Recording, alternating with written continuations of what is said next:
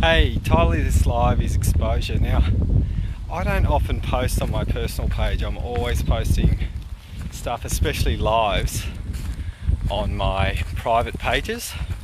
So on my paid Academy page and a free group that I post in all the time. And it's really interesting. I was having to think about this as I was walking up here.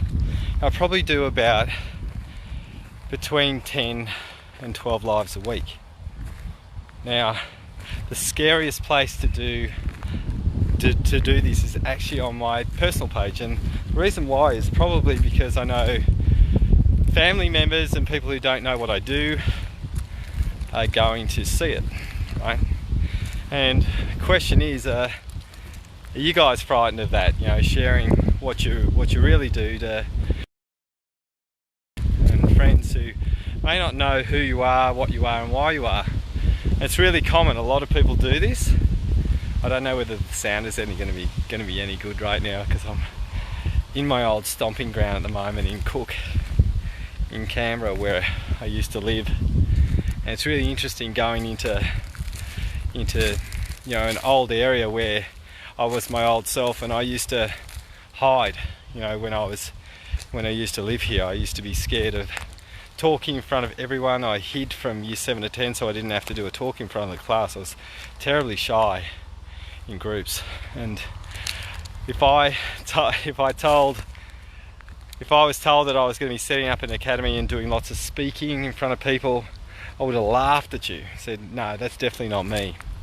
So, you know, exposure is really difficult for people, and a lot of it is to do with the fact that, you know, a lot of us worry potentially, I guess, about what people are going to think of us. And obviously I must have that sitting inside of me a little bit still, because I don't post lives on here. I get a little bit nervous. I don't feel nervous today because I'm talking about it, you know. So quite often when you've got that, when you burst your own bubble, you actually have the opportunity to break it. So exposure. You know, I think exposure is probably one of the scariest things for many people to do, especially when you're doing the work that I'm doing, because what I do is actually expose everyone's shit.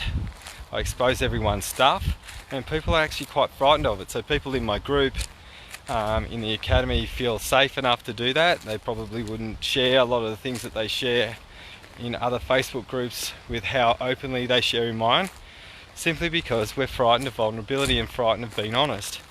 And, you know, as a leader in this academy, what I do is I share everything that's hard for me as well.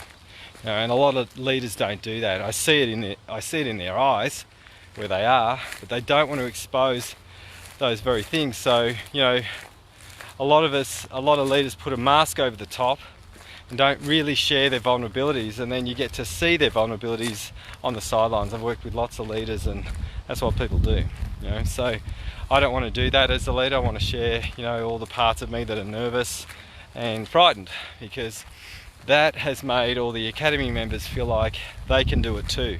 And it's really, really important that I think we need to learn how to expose our pain and our hurts equally as well as our greatness, because what that does is keeps it real.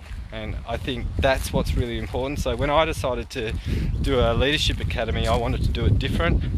I wanted to make sure that I was being as authentic as I possibly could. And that's a hard deal when you're a leader. I see a lot of people put a construct and a personality over the top, and they're not being authentic. So I'd love to know what you think about, you know, exposure, leadership, and authenticity. If you want to comment below these things, I'm going to post a few more lives on here and just get myself used to doing this one as well. All right, see you guys.